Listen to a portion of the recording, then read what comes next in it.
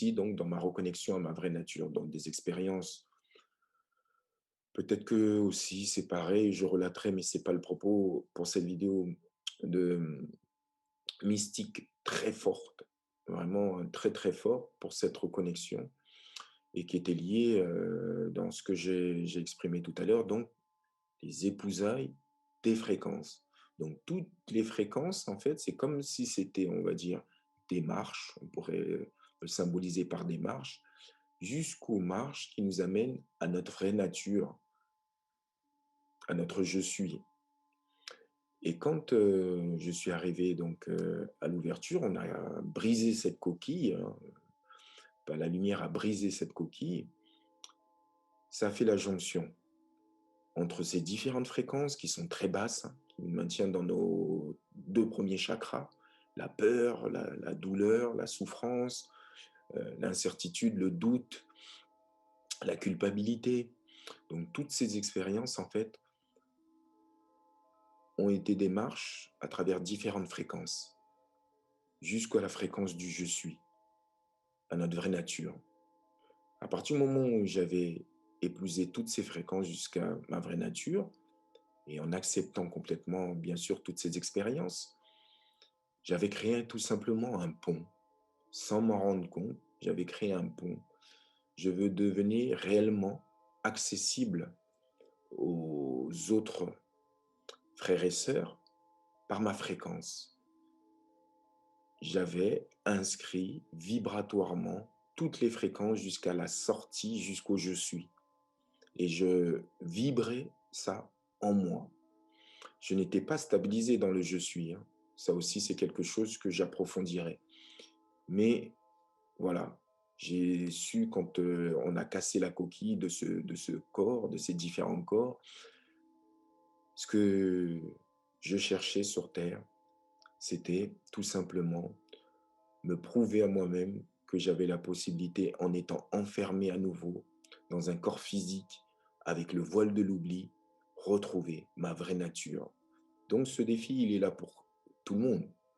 Je fais cette jonction pour vous dire que c'est le défi qui concerne chaque être humain. Par ce biais, j'ai pas besoin de connaître la vie finalement de chacun aujourd'hui, puisque la culpabilité est une fréquence,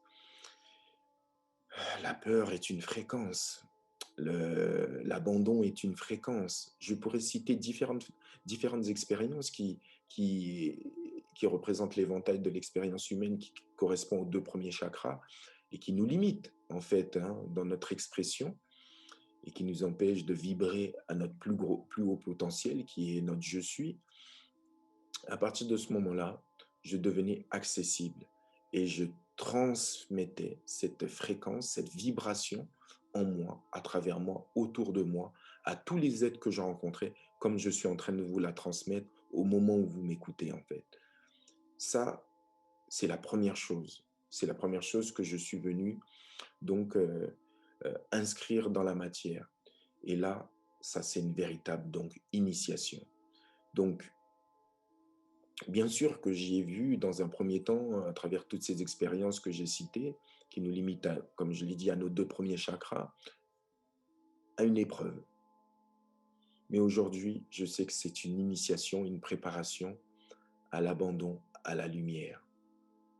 Car plus on n'accepte pas dans le sens, vraiment de s'auto-flageller, en acceptant la douleur et la difficulté, et en jouant d'ailleurs le statut de victime. C'est pas ça du tout. C'est accepter que la vie est en train de nous enseigner, mais la vie dans le sens, la vie dans son ensemble, la vie dans la conscience universelle. Elle est en train de nous enseigner. Elle est en train de nous montrer que oui, tu vis cette expérience. Oui, elle est difficile. Oui, elle te demande à un moment donné une forme de reddition, mais c'est la reddition de notre personne, la reddition de notre ego. Mais en même temps, tu es beaucoup plus que cela. Tu es beaucoup plus grand que cela. Tu es pur. Tu es la pure lumière.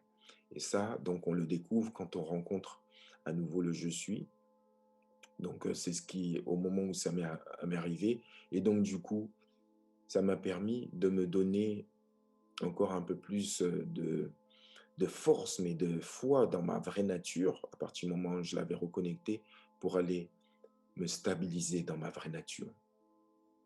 Ça ne veut pas dire que les expériences s'arrêtaient, hein, les expériences difficiles, mais là, avec la foi en qui je suis réellement, donc en qui vous êtes réellement. Donc, comme je l'ai dit, initiatique, pardon, avec le recul, parce que je pouvais maintenant saisir que toute cette préparation, toutes ces expériences n'ont qu'un but, c'est donc laisser la place quand la lumière va arriver.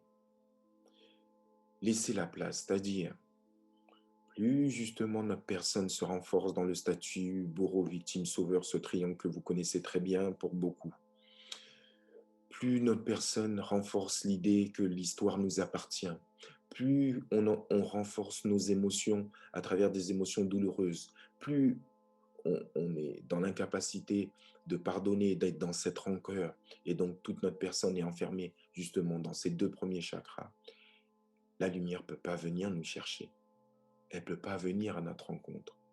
Donc tout le travail initiatique, il est de le laisser de la place par le processus du pardon que j'évoquerai, mais le pardon non dualiste, pas le pardon dans la dualité, car j'adhère pas du tout à ce pardon-là. Le pardon non dualiste, j'expliquerai pour ma part ce que c'est, en tout cas tel que je l'ai intégré. Et donc, avant même que je rentre dans la notion de pardon, c'est le non-jugement envers soi-même et envers les autres. Épouser pleinement une fréquence, même si c'est une basse fréquence, c'est rentrer dans le non-jugement. Accueillir, accepter ce qui vient comme une expérience que notre âme a choisie pour vraiment transcender la matière. La transcender, c'est vraiment l'épousaille à notre vraie nature. Notre vraie nature nous permet de la transcender. Donc c'est le maître intérieur, notre lumière, la pure conscience qui permet la transcendance. Ce n'est pas nous, dans notre personne, qui vivons la transcendance. Nous, on ne peut que laisser l'expérience nous traverser par les pensées, même les pensées les plus douloureuses qui nous amènent dans quelque chose que certains ont appelé la nuit noire de l'âme, mais dans des expériences douloureuses qui peuvent nous être très fortes émotionnellement parlant, mais qui nous engramment, qui nous enracinent dans la matière. Et s'il y a un rôle effectivement que sont venus apporter les walk-ins, comme je l'ai évoqué dans cette vidéo, c'est le walk-in, c'est qu'il n'est pas né dans cette incarnation, qu'il est né et qu'il vit dans la source. Mais la naissance, en fait, si vous voulez, c'est comme si on avait eu un petit moment où on s'est endormi, et là, à nouveau, on se réveille. Et donc, on pourrait appeler ça la naissance de la conscience dans ce corps, quand il s'est révélé à nouveau à lui-même. Mais pour le walking, il n'y a pas vraiment de naissance. Il est de toute éternité, comme vous êtes de toute éternité. Donc, ce message, on le transmet. C'est multiple pour ceux qui croient en la réincarnation, mais qui vivent et qui ont compris qu'ils ont vécu de multiples expériences dans la matière, en tout cas. Je vous le dis, vous êtes de toute éternité. Cette expérience qui est l'expérience de l'âme est une expérience qui a abouti à une matrice falsifiée qui nous empêche tout simplement de nous reconnecter à qui on est réellement. Donc, beaucoup d'êtres sont venus pour donner cette information, pour l'inscrire dans la matière, la rendre disponible, parce que c'est ça, tout simplement. Rendre disponible cette fréquence, créer des ouvertures, ouvrir certaines portes qui sont positionnées dans nos structures, notre corps physique et nos différents corps. Et quand ces portes s'ouvrent, ça donne la possibilité à différentes fréquences de nous traverser. Et ces fréquences, on les diffuse autour de nous. Et dans cette diffusion, vous la recevez et vous avez cette information, mais en tant que fréquence. À vous de la faire vivre, mais à vous de la faire vivre à travers l'abandon de certaines croyances, l'abandon de croire que vous êtes cette personne, de croire que vous êtes cette histoire, de croire que vous êtes vos émotions et de croire même que vous êtes vos pensées. Donc tout ça est initiatique. Et cette initiation, donc pour l'humanité, elle est là actuellement. Pour ma part, tout ça atteint son paroxysme maintenant, en cette période de fin des temps.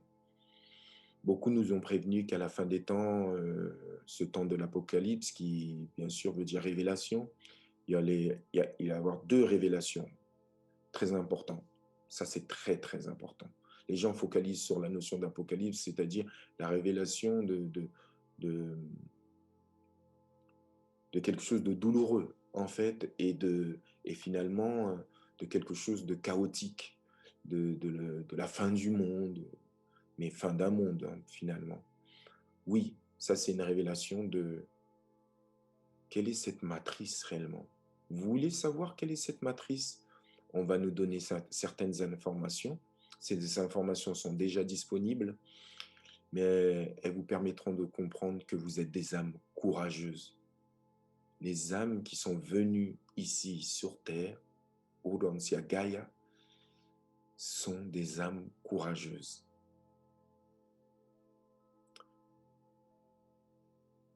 En regardant tout simplement à nouveau ce que représente cette matrice falsifiée, je ne peux que faire cette conclusion. Waouh!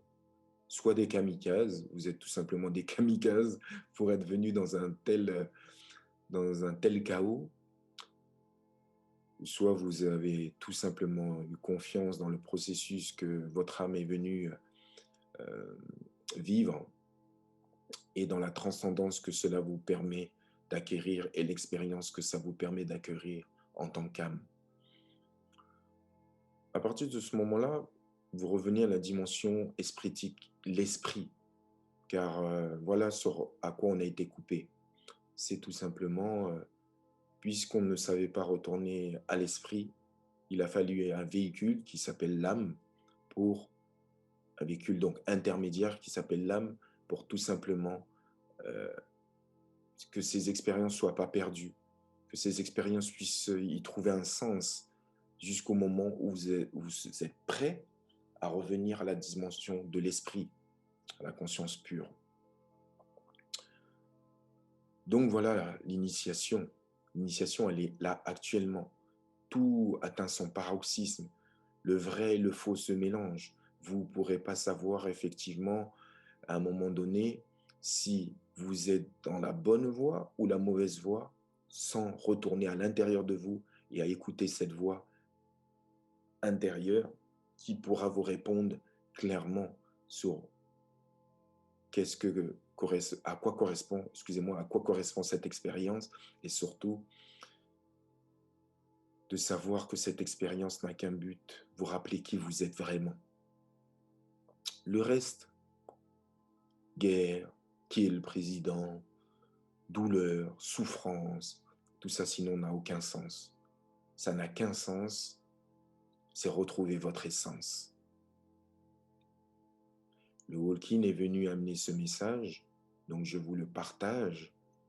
Ça n'a qu'un sens, c'est de retrouver votre essence. C'est quitter les 5 sens pour retrouver l'essence de qui on est réellement.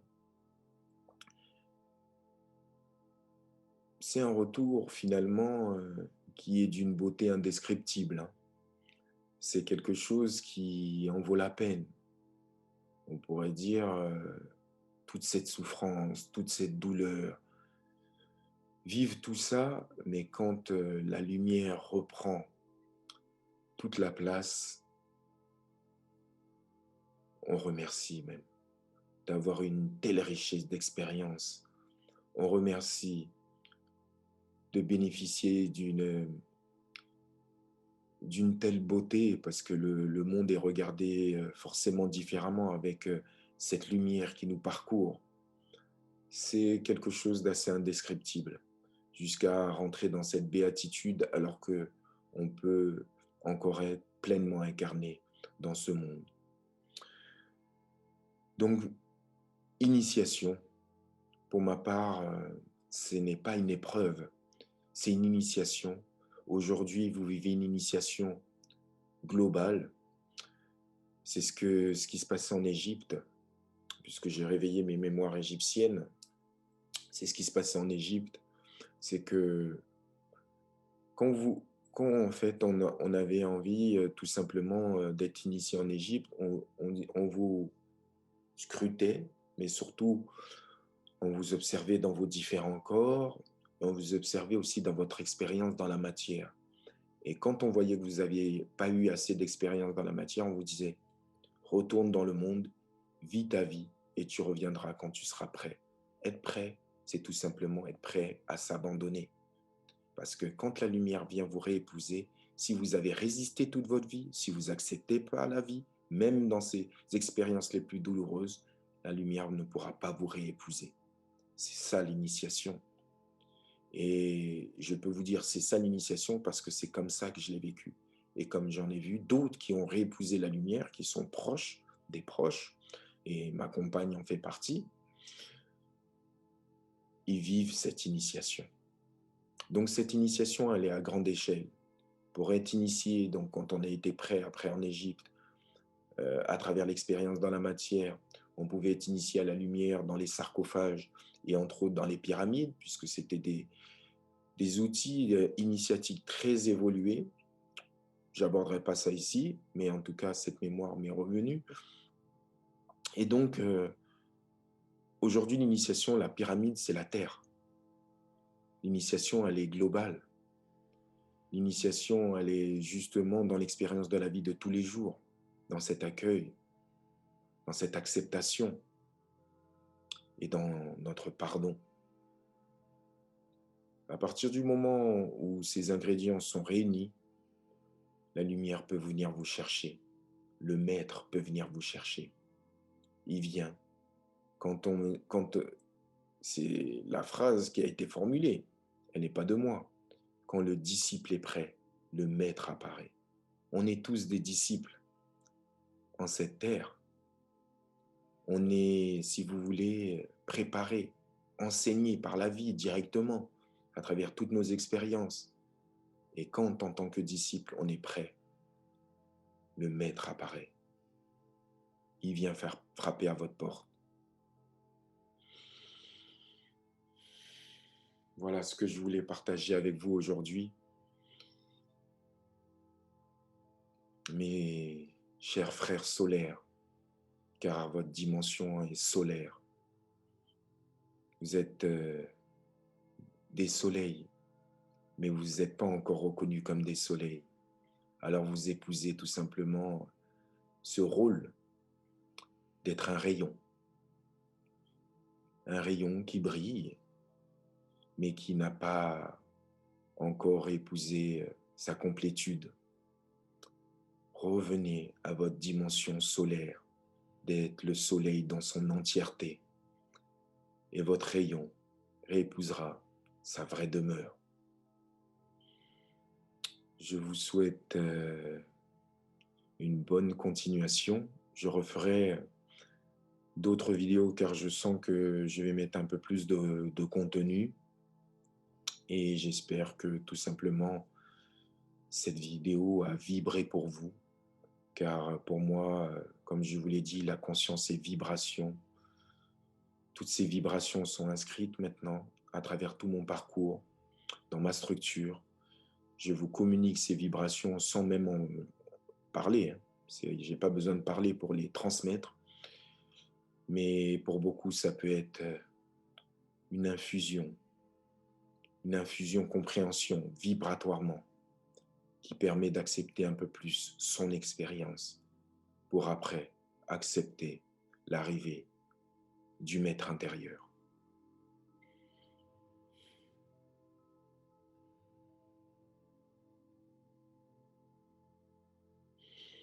Pour finir, je vais jouer un peu, parce que c'est un outil qui me tient à cœur. le bol de cristal qui m'accompagne depuis de nombreuses années maintenant. Et je trouve que ce son, au-delà des mots même, est l'outil que j'ai trouvé qui me permettait tout simplement de diffuser la vibration, en tout cas la fréquence, qui nous réharmonise et qui nous permet de revenir dans ce silence intérieur. Voilà.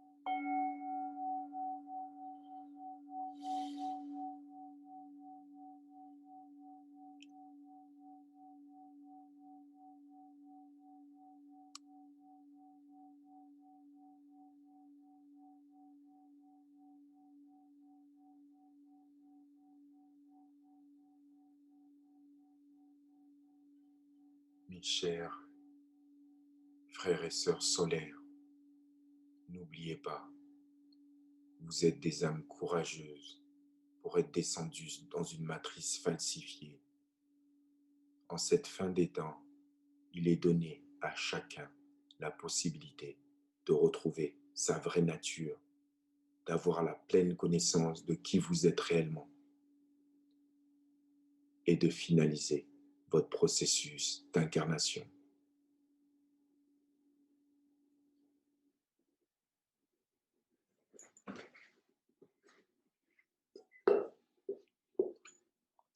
Je vous dis à bientôt pour une prochaine vidéo. Et pour ceux qui tombent sur cette vidéo sans avoir vu la vidéo de Walking, vous pouvez y jeter un œil si ça vibre pour vous, car la lumière, il n'y a aucune obligation.